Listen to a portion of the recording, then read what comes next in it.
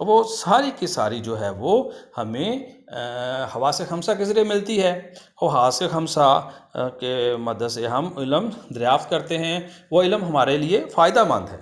جب وہ علم ہمارے لیے فائدہ مند ہے لیکن پھر بھی وہ کہتے ہیں کہ وہ حقیقت تک ہمیں نہیں پہنچا سکتا، حقیقت کی جزیات تک تو پہنچا سکتا ہے، اور لیکن وہ کلو ہم الٹیمیٹ ریئلٹی تک وہ ہمیں نہیں پہنچا سکتا۔ حواس کے ذریعے، عقل کے ذریعے حاصل کردہ علم ہمیں جزوی طور پر تو حقیقت بتا سکتے ہیں لیکن کلی نہیں بتا سکتے۔ تو کلی حقیقت جاننے کے لیے وہ کہتے ہیں یہ جو پیغمبروں کے پیغام کے بغیر ممکن نہیں ہے۔ تو اس لیے پھر ہمارا مقصد تعلیم یہ بھی ہونا چاہیے کہ ہمارے بچے خدا کو پہچانیں، اللہ کو پہچانیں، حقیقت کا علم حاصل کریں۔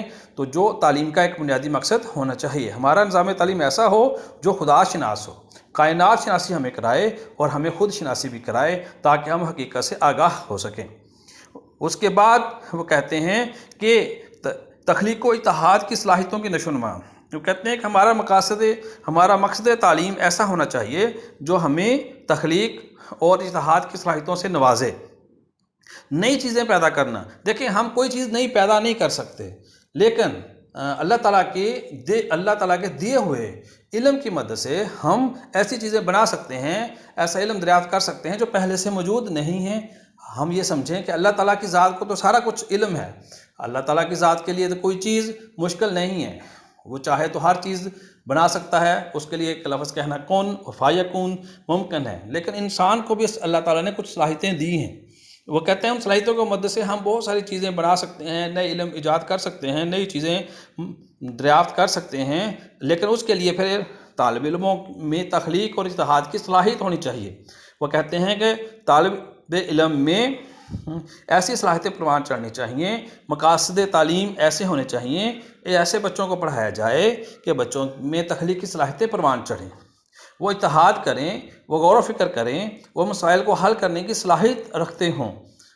ہمارے ہاں ایک عام روٹین ہے کہ علم کو یاد کر لو، رٹا لگا لو اور پھر اس کو ریپروڈیوس کر دو، اس کو آگے دہرا دو، دیٹس آل، یہ اتنا ہی علم ہے۔ جن قوموں نے ترقی کی ہے، جن قوموں نے آگے بڑھے ہیں، تو انہوں نے تحقیق کے میدان میں آگے بڑھے ہیں، جستجو کے میدان میں آگے بڑھے ہیں، انہوں نے کوششیں کی ہیں، انہوں نے نئے علم دریافت کیے ہیں اور مسائل دیکھے، ان مسائل کی وجوہات کو جانا اور ان کے حل دریافت کیے۔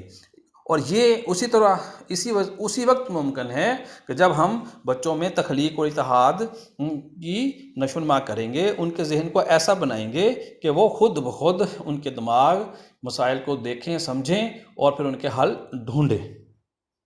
اس کے بعد وہ کہتے ہیں کہ علم رٹانا نہیں چاہیے۔ علم جب رٹائیں گے تو تخلیقی اور اتحادی صلاحیتیں ماند پڑ جائیں گی، جب ماند پڑیں گی تو غور و فکر کی صلاحیت کام نہیں آئے گی۔ انسان نے رٹا لگایا اور یاد کر کے آگے سنا دیا، لکھ دیا، تو اس سے پھر حافظے کی تو آزمائش ہوتی ہے، آپ کی میموری کا تو ٹیسٹ ہو جاتا ہے، لیکن جب وہ وقت ملتا ہے نئی نئی چیز دریافت کرنے کا، مسائل کو حل کرنے کا، پھر وہ بچے ناکام ہو جاتے ہیں۔ آگے ابن خلدون رحمۃ اللہ علیہ فرماتے ہیں کہ انسان کی تعلیم کا مقصد، بچوں کی تعلیم کا مقصد یہ بھی ہونا چاہیے کہ وہ انسان میں اعلیٰ جو اخلاقی اقدار ہیں اس کی نشوونما کرے۔ دیکھیں انسان دنیا میں رہتا ہے، انسان سماج یا تہذیب یافتہ ہے، یہ مل جل کر رہتا ہے اور اس کے بغیر اس کا گزارا نہیں ہے۔ جب ہم مل جل کر رہتے ہیں تو گھر سے ہم شروع کرتے ہیں، گھر، محلہ، شہر، گاؤں، ملک، ٹھیک ہے، یہ ہمارے یونٹس ہیں۔ سب سے چھوٹا یونٹ سماج کا گھر ہے۔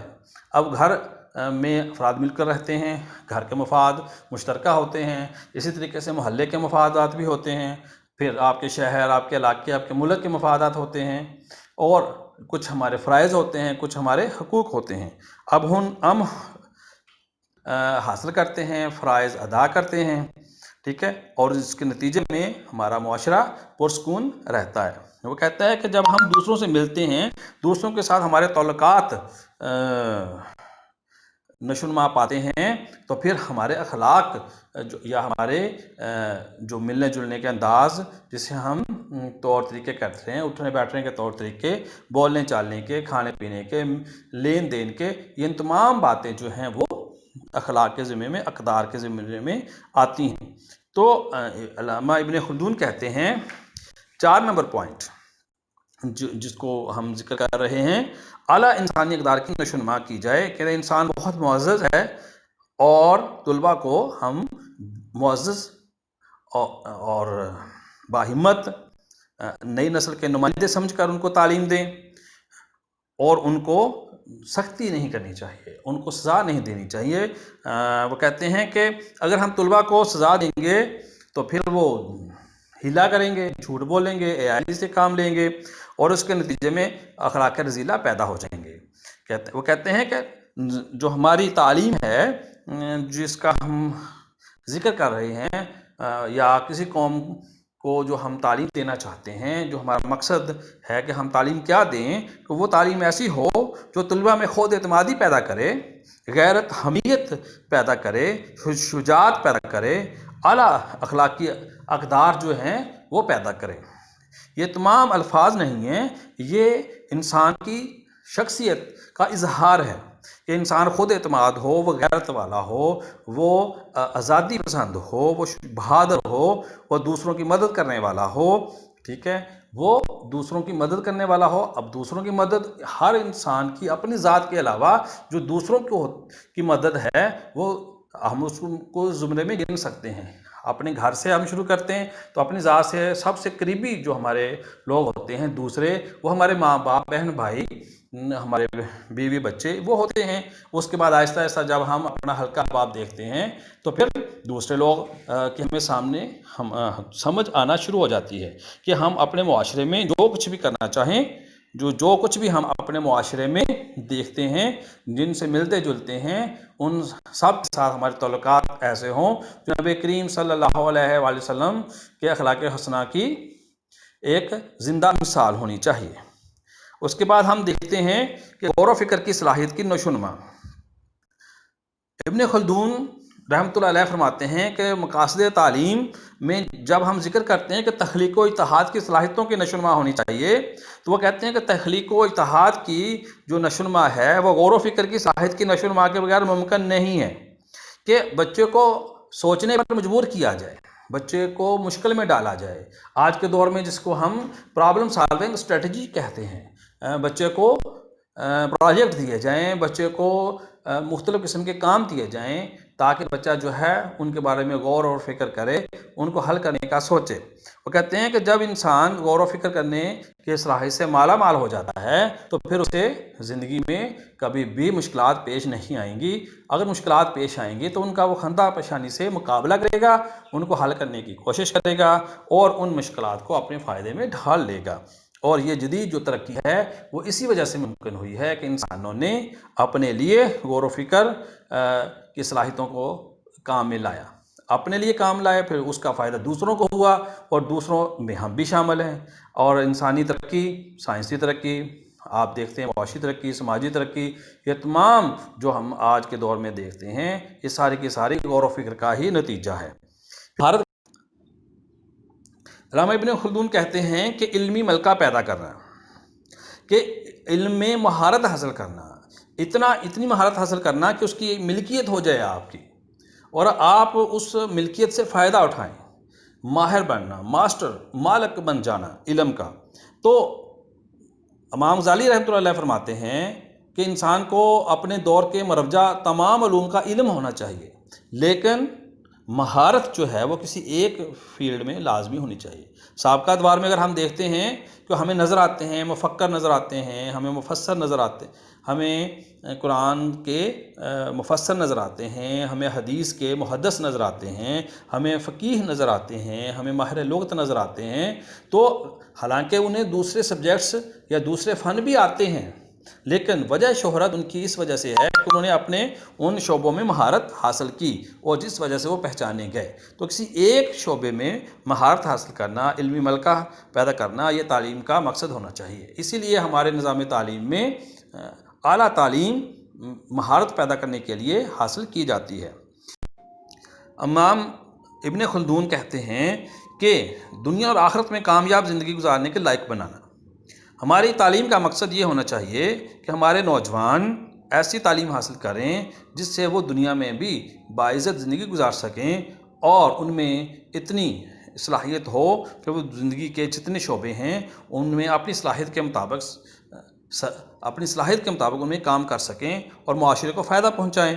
اور پھر دوسری بات تو یہ ہے کہ اس دنیا سے ہر ایک نے جانا ہے، ہر ایک نے موت کا ذائقہ چکھنا ہے اور حساب ہوگا۔ اللہ تعالیٰ قیامت والے دن ہمارے مال ہمارے ہاتھ میں دے گا۔ تو وہ علامہ ابن خلدون کہتے ہیں کہ تعلیم ایسی ہونی چاہیے کہ جس میں دنیا کی تعلیم بھی ہو اور آخرت کی تعلیم بھی ہو۔ ان دونوں تعلیموں کی مدد سے جو ہے نوجوان طلباء مہارت پیدا کریں۔ دیکھیں، جو انسان کی آخرت کی زندگی ہے وہ دنیا کی زندگی پر منحصر ہے۔ ہم جو کمائیں گے حلال کمائیں گے، حلال کمانا عبادت ہے، وہ عبادت بن جاتی ہے۔ انسان اپنا کام کرتا ہے، رزق ڈھونڈتا ہے، اس رزق ڈھونڈنے کے بعد وہ اللہ کی عبادت بھی کرتا ہے۔ جب اللہ کی وہ عبادت کرتا ہے، وہ اپنے بیوی بچوں کی خدمت کرتا ہے، والدین کی خدمت کرتا ہے، تو وہ دوست احباب سے ملتا ہے، دوسروں پر خرچ کرتا ہے، وہ سب کی سب عبادت ہو جاتی ہے۔ تو دنیا بھی گزر رہی ہے اور پھر ساتھ ساتھ عبادت بھی ہو رہی ہے، اور اسی عبادت کو اللہ تعالیٰ قیامت والے دن اس کے نامہ اعمال میں لکھے گا اور اس کو کامیاب کرے گا۔ اسی طریقے سے علامہ ابن خلدون کہتے ہیں کہ عمرانی زندگی کے تقاضوں کا اہل بنانا۔ اب اسپیشل طور پر ایک پوائنٹ انہوں نے ذکر کیا ہے کہ عمرانی زندگی، سماجی زندگی جس کو ہم کہتے ہیں، اس دنیا میں زندگی گزارنا ایک خاص طریقے سے، ایک فن۔ دیکھیں، روایتی انداز میں تو سبھی زندگی گزار رہے ہیں۔ جن قوموں نے عمرانی زندگی کے اصولوں کو سمجھا اور انہوں نے پلاننگ کی، اور پلاننگ کرنے کے بعد اپنے معاشرے کو ترقی دی، جہاں کمزوری تھی اس کو دور کیا، پلاننگ میں کمزوری تھی یا امپلیمنٹیشن میں کمزوری تھی، ان سب لیولز کو انہوں نے احسن طریقے سے جو ہے مکمل کیا۔ جہاں کمزوری تھی اس کو دور کیا، جہاں افراد کی کمی تھی وہاں نئے افراد لگائے، جہاں ایسے مضامین اور سبجیکٹس کی ضرورت تھی جن کی مدد سے وہ معاشرے میں ترقی دے سکیں، انہوں نے نئے نئے سبجیکٹس اور نئے نئے مضامین، ڈسپلن جو ہے وہ انٹروڈیوس کرائے تاکہ معاشرہ ترقی کرے اور لوگوں کو اس کا فائدہ ہو۔ تو دہرا لیتے ہیں ایک دفعہ، کیا کرتے ہیں۔ ابن خلدون کے مطابق جو ہم نے مقاصد تعلیم ابھی ڈسکس کیے ہیں، ان میں سب سے اہم بات تعلیم انسان کی طبعی ضرورت کا خیال رکھنا ہے کہ طلباء سیکھنے پر مجبور ہیں۔ طلباء کیا، بڑے بوڑھے سب سیکھنے پر مجبور ہیں۔ آدمی ساری زندگی سیکھتا رہتا ہے، اس لیے ماحول ایسا ہونا چاہیے، نظام تعلیم ایسا ہونا چاہیے جو با مقصد تعلیم دے۔ بچے بوڑھے جب انسانی زندگی گزارتے ہیں تو ہم سیکھتے ہیں، اور سیکھنا، اچھا سیکھنا، یہ ہماری ضرورت ہے، زندگی گزارنے کے لیے ضرورت ہے۔ پھر وہ کہتے ہیں کہ اللہ تعالیٰ کی معرفت تعلیم کا مقصد ہونا چاہیے، اور ایسی تعلیم ہونی چاہیے جس کے نتیجے میں طالب علم جو ہے اللہ کو پہچان لے۔ پھر وہ کہتے ہیں کہ تعلیم جو حقیقت تک پہنچائے وہ پیغمبروں کے پیغام کے بغیر ممکن نہیں ہے۔ اور پیغمبروں کا پیغام کیا ہے؟ وحی الہی، الہامی علوم۔ جس طرح دوسرے مذاہب کی کتابیں آئیں، ان کے پیغمبر آئے اور اللہ تعالیٰ نے اپنے مقرب فرشتوں کے ذریعے اپنا پیغام ان تک پہنچایا تاکہ نسل انسانی سیدھے راستے پر رہے، حقیقت کو جاننے پہچانے۔ لیکن آخری نبی حضرت محمد صلی اللہ علیہ وآلہ وسلم پر جب کتاب نازل کر دی گئی، وحی اور پیغام پہنچا دیا گیا، اب اس کے بعد کوئی پیغام آنے والا نہیں ہے۔ حضرت محمد صلی اللہ علیہ وسلم ختم نبوت اور قرآن آخری کتاب۔ اس لحاظ سے اگر ہم دیکھیں تو اللہ تعالیٰ کی طرف سے حقیقت کا علم پہنچا دیا گیا ہے۔ اب ہمارا کام ہے کہ ہم اس حقیقت کے علم کو جانیں اور اس پر عمل کریں۔ وہ کہتے ہیں حواس خمسہ کی مدد سے ہمیں معلومات ملتی ہیں، علم ملتا ہے، لیکن حقیقت تک ہمیں مکمل طور پر حواس خمسہ کا علم نہیں پہنچا سکتا۔ اس کے لیے ہمیں وحی کا علم ہی، پیغمبروں پر نازل شدہ علم ہی حاصل کرنا پڑے گا۔ پھر وہ تخلیق و اتحاد کی صلاحیتوں کو نشو نما کا ذکر کرتے ہیں کہ نوجوان کو رٹے سے بچانا چاہیے اور ان کے اندر ایسی صلاحیتیں پیدا کرنی چاہیے، ایسا نظام تعلیم بنانا چاہیے جو انہیں تخلیق اور اتحاد کی صلاحیتوں کو کام میں لانے میں مدد دے۔ نئی نئی چیزیں دریافت کرنا، تخلیق کرنا، اور جدوجہد کر کے نئے علم دریافت کرنا، یہ طلباء کی صلاحیت ہونی چاہیے۔ یہ ہمارا نظام تعلیم ایسا ہونا چاہیے۔ پھر وہ کہتے ہیں کہ نظام تعلیم ایسا ہونا چاہیے کہ جو اعلیٰ انسانی اقدار کی نشو و نما کرے۔ انسان بہت معزز ہے، اللہ تعالیٰ نے انسان کو اشرف المخلوقات بنایا ہے، اور تعلیم ایسی ہونی چاہیے جو اسے خود اعتمادی دے، اس کے اندر غیرت پیدا کرے، اس کے اندر حمیت پیدا کرے، شجاعت جیسی اعلیٰ اقدار کی اس کے اندر نشو و نما ہو، ٹھیک ہے، وہ ملنسار ہو، شفقت کرنے والا ہو، چھوٹوں سے پیار کرنے والا ہو، بڑوں کا ادب کرنے والا ہو، وہ حلال رزق کمانے والا ہو۔ ایسی انسانی اقدار جو ہیں اس کی نشو و نما ہونی چاہیے، اور یہ تعلیم کا ہمارا مقصد ہونا چاہیے۔ پھر وہ کہتے ہیں کہ تعلیم کا سب سے اہم مقصد سبق رٹوانے کی بجائے غور و فکر کی صلاحیت پیدا کرنا ہے۔ جب وہ غور و فکر کی صلاحیت پیدا کریں گے، مسائل کو حل کرنے کی صلاحیت پیدا کریں گے، تو پھر اپنی سماجی زندگی میں وہ مسائل سے گھبرائیں گے نہیں اور ان کو حل کرنے کی کوشش کریں گے۔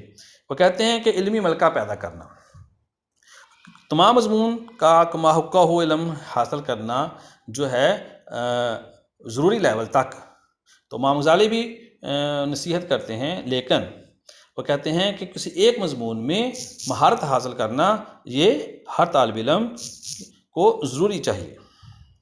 اس کے بعد کہتے ہیں کہ ایسا نظام تعلیم ہو، ایسے مقاصد ہوں، مقاصد تعلیم ایسے ہوں کہ جو طلباء کو دنیا و آخرت میں زندگی گزارنے کے قابل بنا سکیں، عمرانی زندگی کے تقاضوں کو سمجھنے اور پھر سماج میں رہنے کے اصول ضوابط، قوانین، آئین کو سمجھنے کے قابل ہو سکیں۔ دیکھیں جب انسان یورپ والے دنیا گزارنا چاہتے ہیں، دنیا میں رہنا چاہتے ہیں، اور ہم مسلمان کہتے ہیں کہ یہ دنیا تو فانی چیز ہے، اس لیے ہمیں آخرت کا علم بھی حاصل کرنا ہے۔ ہم جب دنیا گزاریں گے، الدنیا مزرعۃ الآخرہ، دنیا آخرت کی کھیتی ہے، یہاں جو بیجیں گے، جو کریں گے، اس کا ہم پھل آخرت میں پائیں گے۔ تو نظام تعلیم ایسا ہونا چاہیے جو بچوں کو ذہن میں اس بات کو راسخ کرے، بچوں کو اس بات کو سمجھائے کہ ہم اس دنیا میں جب زندگی گزاریں گے تو یہ عارضی زندگی ہے، اور آخرت آنی ہے، قیامت قائم ہونی ہے۔ ہر انسان نے اس دنیا میں موت کا ذائقہ چکھنا ہے، اور ہر انسان کو اس کے اعمال کے مطابق جو ہے اعمال نامہ دے دیا جائے گا، خواہ وہ مسلم ہے غیر مسلم ہے۔ دیکھیں 1.5 ارب مسلمان ہیں، اور 6.5 ارب جو ہے وہ 6 ارب 6.5 ارب کے قریب کہہ لیں آپ کہ غیر مسلم ہیں۔ تو اللہ تعالیٰ کو غیر مسلم ہونے سے کوئی پریشانی نہیں۔ اللہ تعالیٰ تو کہتا ہے کہ پیغام پہنچاؤ، جو مانے ٹھیک ہے، جو نہیں مانے گا اس کی مرضی، اور بعد میں حساب کر دوں گا، تو پھر انہیں پتہ چل جائے گا۔ تو نظام تعلیم ایسا ہونا چاہیے جس کے نتیجے میں طلباء جو ہے دنیا اور آخرت میں کامیاب زندگی گزارنے کے قابل ہو سکیں، کہ دنیا میں کامیاب زندگی ایسی ہو جو اسے آخرت میں بھی کامیابی دلا سکے۔